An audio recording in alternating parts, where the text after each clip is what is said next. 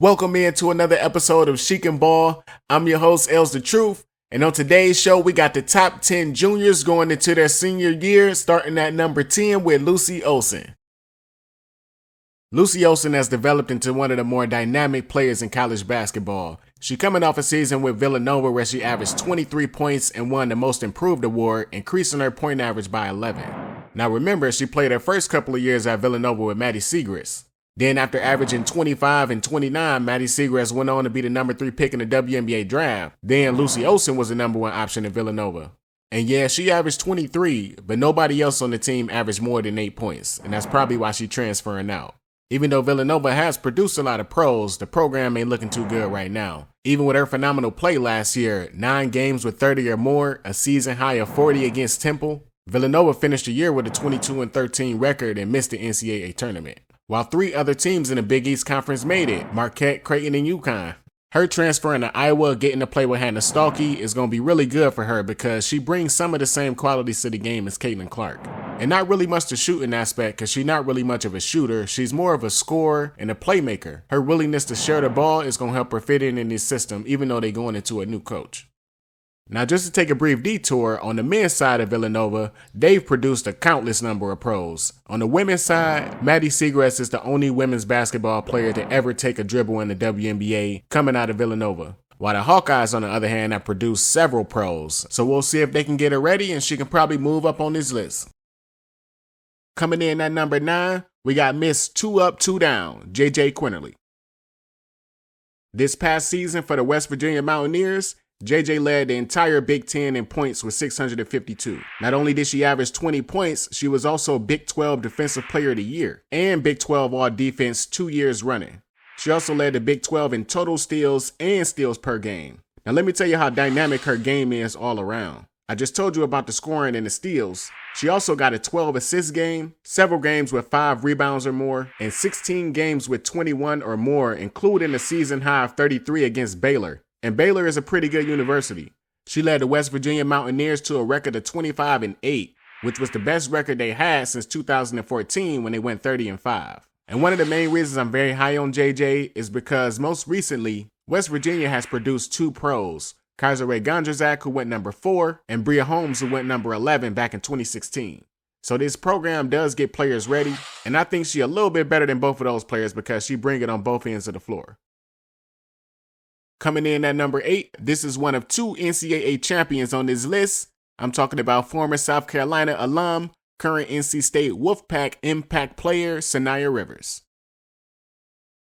And when I evaluate Saniya Rivers, I don't really much look at her stats because they're not going to blow you away. She only averaged 12.5 points last year. Her 3-point percentage was abysmal as well as her field goal percentage. But what I do like is her measurables. She got the height to play multiple positions. She got the speed to play multiple positions. She's a 2-way player. And I'm betting that this is the year that she's going to put it all together. Her first 2 years of college, she didn't start, but her sophomore year, which is her first year with NC State, she won 6th Player of the Year coming off the bench. This past season, this was her first time being a full-time starter. She increased her point average by 4. She averaged 6 rebounds and almost 4 assists. She also made the ACC All-Defensive team. Last year, with her coming off the bench, NC State went 20-12. This year, they went 31-7 and made it to the national semis. Saniya really just need to get more efficient in her scoring. She don't really have a natural jump shot for him, but I think she can get a shooting coach to improve because the shot can go in, it just look like it's a line drive. But the way we looking at things right now, 26% from 3, 38% from the field, that's not going to cut it. We got to get a whole lot better, and you can move up on this list. Coming in at number 7, we got a player that was New York's Gatorade Player of the Year and led her team to 24-0 in high school. And you know what, some ballers that come out of New York, so I hope we don't shock you with this one. I'm talking about Notre Dame's own Sonia Citron. I mean, just with that resume alone, being the best player out of New York, you know this is a baller. One of the most efficient players I've seen play basketball.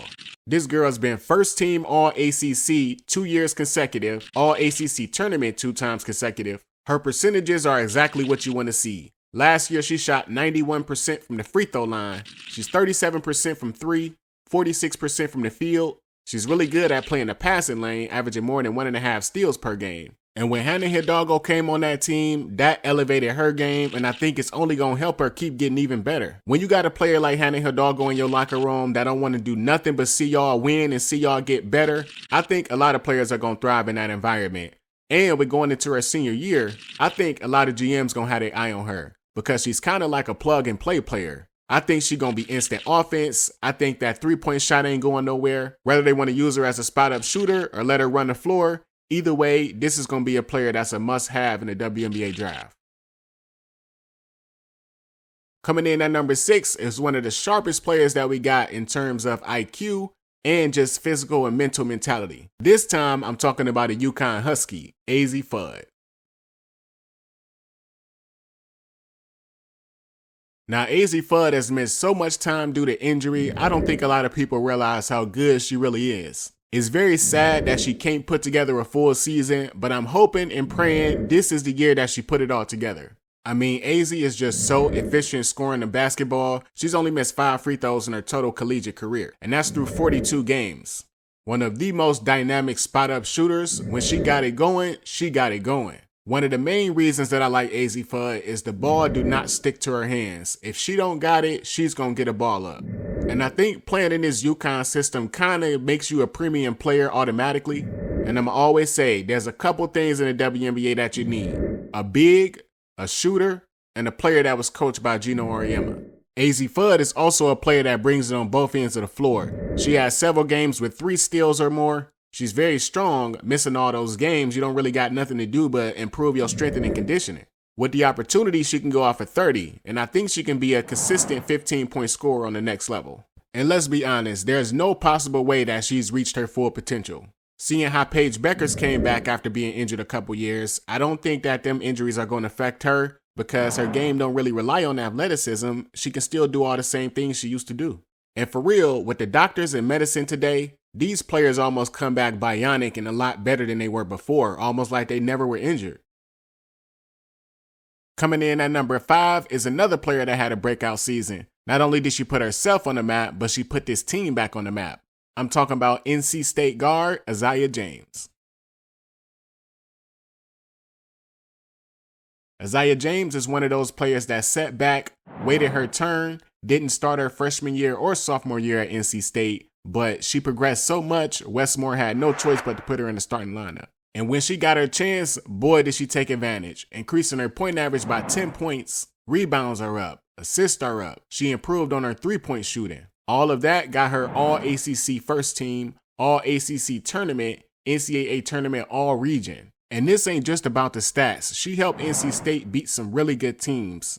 They beat UConn in the second game of the season, and that was when UConn was fully healthy with Azzi Fudd, Aaliyah Edwards, Nika, Paige. I mean, the whole team was there, and they was able to get a win over them. They also had a win against several teams that made the tournament, including Syracuse, Tennessee, Stanford, and Texas. And Aziaha James really put herself on the map when she dropped 19 or more in every game in the NCAA tournament. The only game she really didn't get off was against South Carolina, but she still dropped 20 on them. And she not one of those players that be out there padding her stats against the weaker teams. She bring it against the best teams. And that's one of the main things I look for when I'm scouting players. How do you play against the best players? Coming in at number 4 is a player that's short in stature, but even with that, they already about to break the assist record at their university. I'm talking about the feisty Rori Harmon. When I first started watching Rori Harmon play, I called her Lil Thirsty because she don't take no breaks. She up in you on defense from the time the ball get inbounded. She is an absolute hound on defense. This is Hannah Hidalgo before Hannah Hidalgo. Now she not the scorer that Hannah is, but she can definitely fill the basket. Her season high came in this game that you're watching was against UConn where she dropped 27 and 13 on them. And the one reason I love watching Rori Harmon play, she cut right from that cloth of Raven Johnson.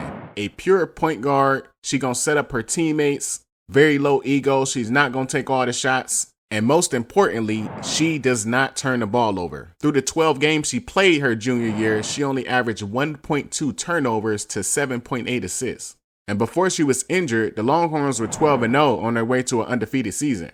And she's currently only 30 assists away from breaking the record at Texas. And she gonna get that probably in the first 3-4 games. As a freshman, Rori Harmon helped lead this team to the Elite Eight where they lost against Stanford. But even in that game as a freshman, she had 14, 7, and 6 and played all 40 minutes. And that was a Stanford team with Haley Jones, Lexi Hall, Lacey Hall, Cameron Brink. I mean, they was just loaded, and Kiki Iriafen and Hannah Jump was there. And my point in saying that is, she is a very big game player, very worthy of being in the top 5. And guess what? I didn't even mention the fact that she's only 5'6".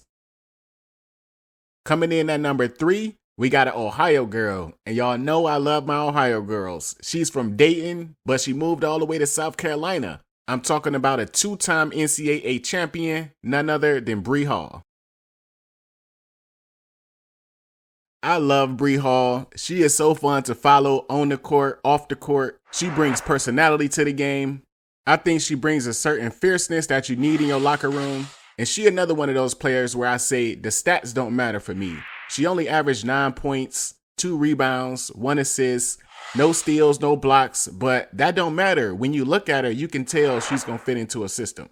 I mean, the jump shot is on point.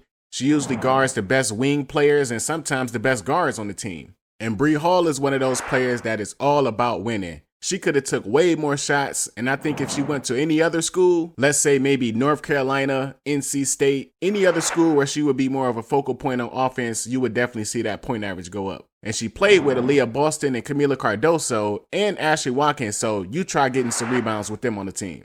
But her percentages are there. Who wouldn't take a 39% three-point shooter, 44% from the field, doesn't foul, doesn't turn the ball over? She always seems to be in the right position on offense and defense. Coming in at number 2 is a player who reportedly gets her hair done every single day. And you know what they say, if you look good, you play good. And this player been playing good all 3 years she's been in collegiate basketball. I'm talking about Chicago's own Aneesah Morrow.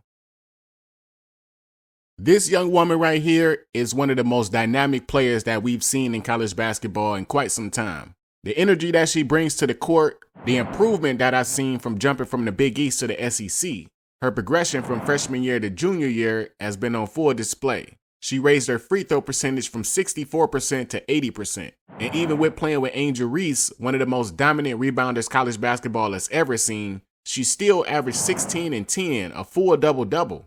She had 23 double-doubles in 34 games, and 2 of those double-doubles came during the NCAA tournament.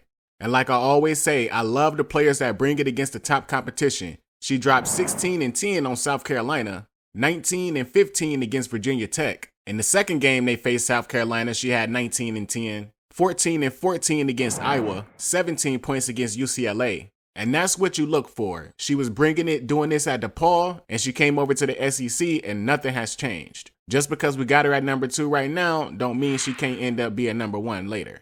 Going into the WNBA, I want to see her improve her three-point percentage because you can't be shooting 24% and taking 3 threes a game. You either got to raise that percentage or just stop shooting threes altogether. Coming in at number 1 is a player who had a breakout season like no other. I mean, her season was so good, it's going to take a lot for somebody to move her out of this top spot. I'm talking about the LA kid, Stanford alum, current UCLA Trojan, Kiki Iriafen.